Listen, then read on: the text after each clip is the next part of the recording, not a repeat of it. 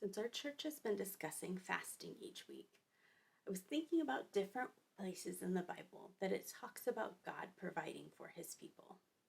It happens quite a lot all throughout the Bible, but one of the times that came to mind was when manna was provided for the Israelites. Moses has led the Israelites out of Egypt. The Pharaoh sent soldiers after them, and still the Israelites escaped while God parts the water and they walk through it. As the soldiers try to follow, the water crashes back down, and the Israelites now begin a long journey in the desert looking for the place that they would call home. But deserts aren't known to be great places to eat, so after a while they realize they need food. God promises them manna.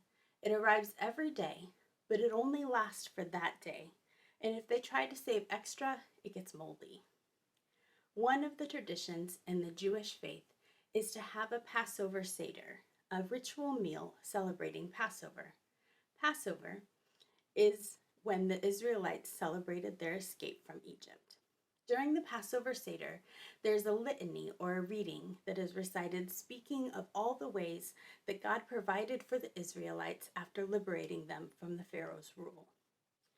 Lisa Brahman wrote in the Smithsonian Magazine about how her family separated the reading into parts. They each read, and no one wanted the part saying, "It would have been sufficient." That's a line that gets repeated over and over again. For example, a passage reads, "How many are the gifts Adonai, our God, has bestowed upon us? Had Adonai brought us out of Egypt and not divided the sea for us, it would have been sufficient. Had Adonai divided the sea and not permitted us to cross on dry land, it would have been sufficient. Had Adonai permitted us to cross on dry land and not sustained us for 40 days in this desert, it would have been sufficient. Had Adonai sustained us for 40 years in the desert and not fed us with manna, it would have been sufficient." That is just a part of the reading, and I think Lisa might be right. That is a lot of "it would have been sufficient." But what does that passage saying? It's talking about the Israelites and all the ways that God provided for them as they escaped into the wilderness. It also gives a pretty strong picture of what that looked like and just how many amazing things God did for them. We know by reading the story of Exodus that the Israelites weren't always very grateful. There were a lot of times that they expressed their frustration, their boredom, even pain at what they were going through. It was hard to wander in the desert. Some even missed being in Egypt just because at least there they had a home. Now they didn't know what would happen from one day to another. Another word some of Haggadah's, the Passover reading, uses is Dayanu, which is similar to "it would have been sufficient," or even simpler, it can be translated as "it would have been enough." And yet Dayanu doesn't just mean that only one of those things would have been enough. Would it have been enough to part the waters but not let the Israelites walk on the ground? Probably not. And the description mentions that Dayanu means to celebrate each step forward toward freedom as if it were enough, then to start on the next step.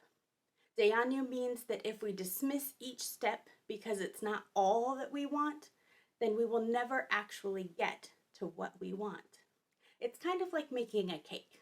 If you start out by measuring the flour and butter, but then decide just because the flour and butter don't make a cake by themselves that it's not worth it to keep going for the rest of the ingredients, you're not going to make a cake.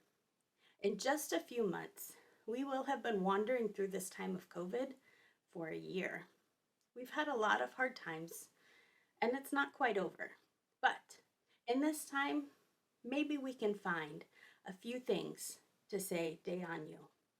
When we put on our mask to protect those around us, Dayanu. When we call or video chat our family members that live far away, Dayanu. When birthdays look different, but those that love us still find ways to celebrate us, Dayanu. When we discover a new game, recipe, or show that we share with our family, Dayanu. For the scientists that research and created vaccines, Dayanu. For all of the hospital and residential home staff that have cared for those that are sick, Dayanu. For our country's new leaders and for the barriers that were broken, Dayanu.